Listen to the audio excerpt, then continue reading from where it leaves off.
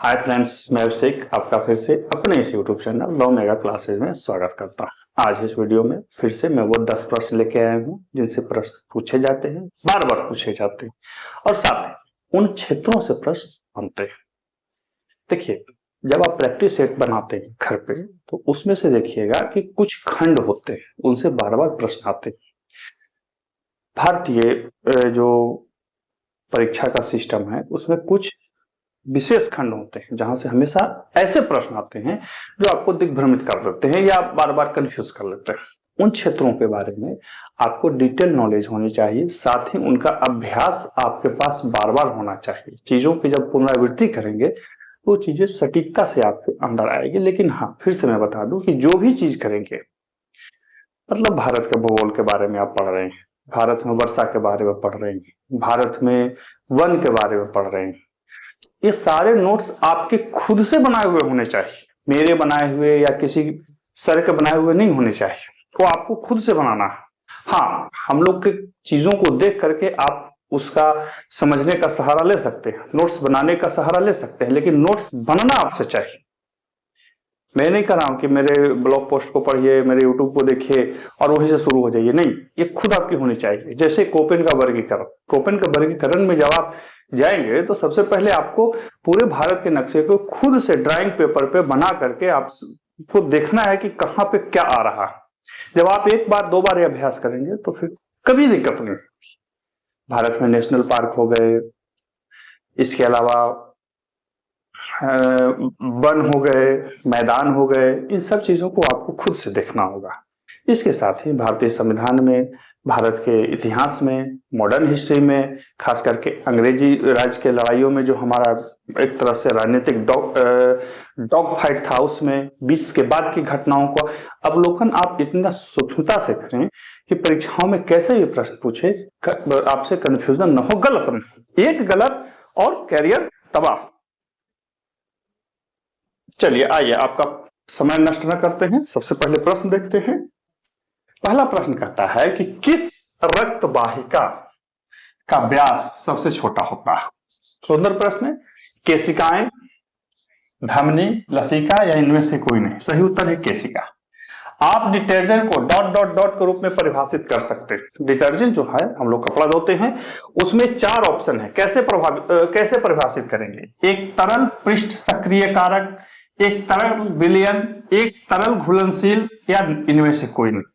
सही उत्तर है ए, एक तरल पृष्ठ सक्रिय कारक। देखिए, ये पृष्ठ तनाव को क्या करता है? प्रभावित कर देता है, तभी तो कपड़े धुल जाते हैं।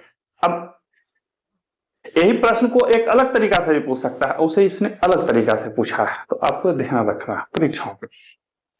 अम्लीय वर्षा की खोज किसने की? रॉबर्ट एंगस स्मिथ ने, मार्टिन बेहम ने, रदरफोर्ड ने या इनमें से कोई नहीं? रदरफोर्ड तो होंगे नहीं। ए, रॉबर्ट एंगस स्मिथ ने अम्लीय वर्षा की खोज। अम्लीय वर्षा की खोज कब हुई? अम्लीय वर्षा को पहचानेंगे कैसे? अम्लीय वर्षा सूचना केंद्र कहां है?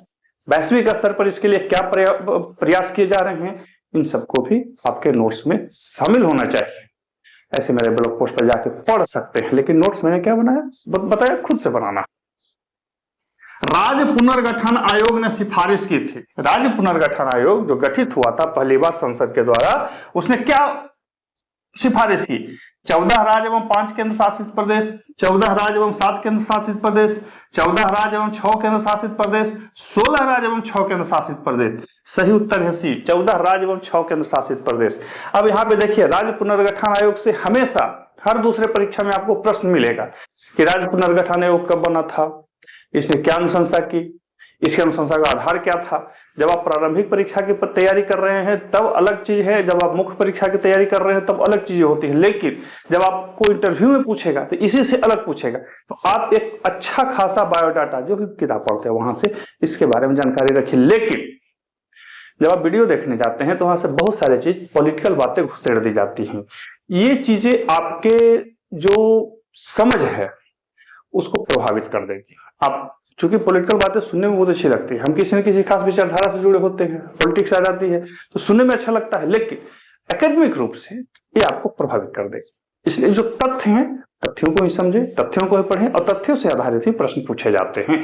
बाकी यदि इन तथ्यों से परे जो प्रश्न पूछे जाते हैं ये आपके मनोविज्ञान से संबंधित होता है कि आप क्या सोचते हैं, आपके अंदर कौन सी राजनीतिक विचारधारा बैठी हुई है, इसलिए उसमें जाना नहीं है। ठीक है, जो ना है उसके बारे में बोल देना कि नहीं जानते हैं, नहीं जानना श्रेयस्कर है, बस समझ रहे हैं, नहीं जानते हैं कोई दिक्कत नहीं, लेकिन अनाप शनाप बोल देना बर्बाद कर देगा, इंटरव्यू बर्बाद कर देगा। राष्ट्रीय एकता परिषद ने सर्वप्रथम अपने उद्देश्यों की घोषणा कब की थी?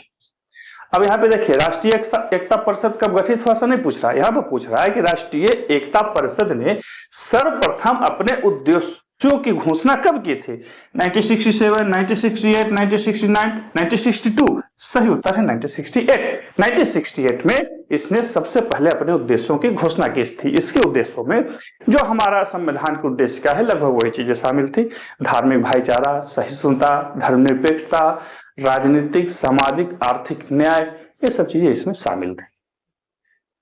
राष्ट्रीय एकता परिषद का गठन कब हुआ था, कब यह घोषणा हुई कि प्रधानमंत्री इसके अध्यक्ष होंगे, है ना, इन सब चीजों के बारे में भी जानकारी होनी चाहिए। और साथ ही आप एक कमेंट कीजिएगा कि राष्ट्रीय एकता परिषद का गठन क्यों हुआ, क्या। अब देखते हैं छठा प्रश्न। छठा प्रश्न क्या कहता है, अब देखिए छठा प्रश्न को। छठा लगता है गड़बड़ा गया का जी, गड़बड़ हो गया, हम डायरेक्ट सातवां लिख दिए। ठीक है, सातवां प्रश्न को ही देखिए, एक प्रश्न छोड़ दीजिए आज मेरे नाम से।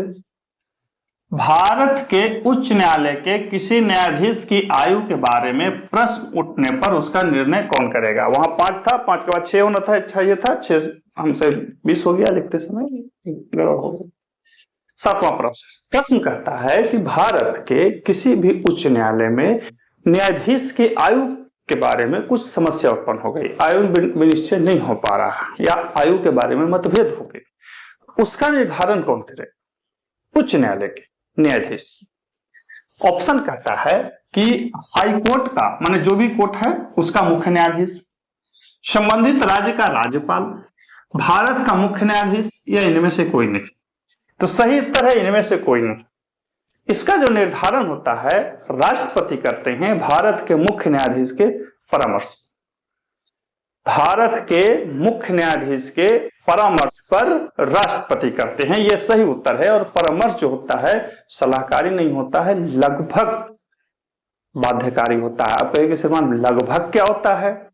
तो लगभग इसलिए कह रहे हैं कि एक तो राष्ट्रपति पर कोई क्या बोलते हैं, ऐसा नहीं है कि जो कह दिया सो हो जाएगा, पावर तरह का बंटवारा हमारे यहाँ नहीं है। यहाँ पे लगभग क्या मतलब है कि वो जो सलाह दिया जाता है सुप्रीम कोर्ट के मुख्य न्यायाधीश के द्वारा उसे राष्ट्रपति मान ही लेते, नहीं का कोई सवाल जल्दी उत्पन्न नहीं होता है। ठीक है, इसलिए बोले। देखिए सत्ता के पावर में या सत्ता के जो ताकत है उसके बंटवारे में हमारे यहाँ कोई कंफ्यूजन नहीं रखा गया। दो चीजों को याद रखें, संसद पर कानून, संसद के या संसद पर कानून बनाने की शक्ति पर कोई प्रतिबंध नहीं। भारत में संसद पर कानून बनाने के लिए कोई प्रतिबंध नहीं है। संसद कोई भी कानून कभी भी किसी भी प्रक्रिया से बना सकती है, खाली उस प्रोसेस का पालन होना चाहिए। सुप्रीम कोर्ट किसी भी कानून को इस आधार पर वो देख सकता है कि क्या वो मूल अधिकारों का उल्लंघन कर रहा है कि नहीं, और यदि उल्लंघन कर रहा है तो फिर वहां तक वो वैलिड नहीं होगा जहां तक वो मूल अधिकारों को प्रभावित करता है। लेकिन इसी बीच में एक और चीज आता है, हम उसे जोड़ देते हैं, वो है डाइस करने। कानून बनाने की भी एक प्रक्रिया होगी। संसद इस आधार सुप्रीम कोर्ट इस आधार पर भी किसी भी संसदीय कानून को अवैध घोषित कर दे सकता है कि उस कानून ने या संसद ने कानून बनाने की प्रक्रिया में उस चरण का या उन चरणों का उचित प्रयोग नहीं किया जो उसके लिए जरूरी था। अब जैसे कोई कानून बनाना है विशेष बहुमत से, उसको बना दिया साधारण बहुमत से, गलत हो जाएगी, खत्म हो जाएगी। कानून बनाने के जो चरण होते हैं, प्रक्रिया होते हैं, उसका पालन नहीं हुआ, कानून अवैध हो जाएगी। इस तरह से चीजें आती है, इस चीज को ध्यान रखेंगे। यही चीज ज्यादा बहुत लोग यही में गड़बड़ कर लेते हैं, संविधान पढ़ते रहते उनको कुछ नहीं आता। ओजार्क का पठार है कहाँ? रूस में, यूएसए में, यूके में, अरब में। सही उत्तर है यूएसए में। यूएसए के रेगिस्तानी इलाकों में ओजार्क का पठार। सुमेलित नहीं है, 4 खंड है, इसमें से सुमेलित कौन नहीं है? प्रथम हिंदी समाचार पत्र उदंत मार्तंड, प्रथम फारसी समाचार पत्र मेरादूत अखबार, प्रथम उर्दू समाचार पत्र जाने जहानुमा, प्रथम मराठी समाचार पत्र युगांतर। ये गलत, बंगाल का। ठीक है, कोई कंफ्यूजन नहीं है। अगला है कि रोलैंड गोरेश के नाम से जाना जाता है, निम्न में से किस ओपन को या किस टेनिस के टूर्नामेंट को रोलैंड गैरोस नाम के खेल से जाना जाता है? फ्रेंच ओपन को, यूएसए ओपन को, विंबलडन को, इनमें से कोई नहीं। सही उत्तर है फ्रेंच ओपन को। अब आप कमेंट कीजिएगा कि इस समय, यानी कि जिस समय आप वीडियो देख रहे हैं उस समय फ्रेंच ओपन के विजेता कौन है, महिला और पुरुष।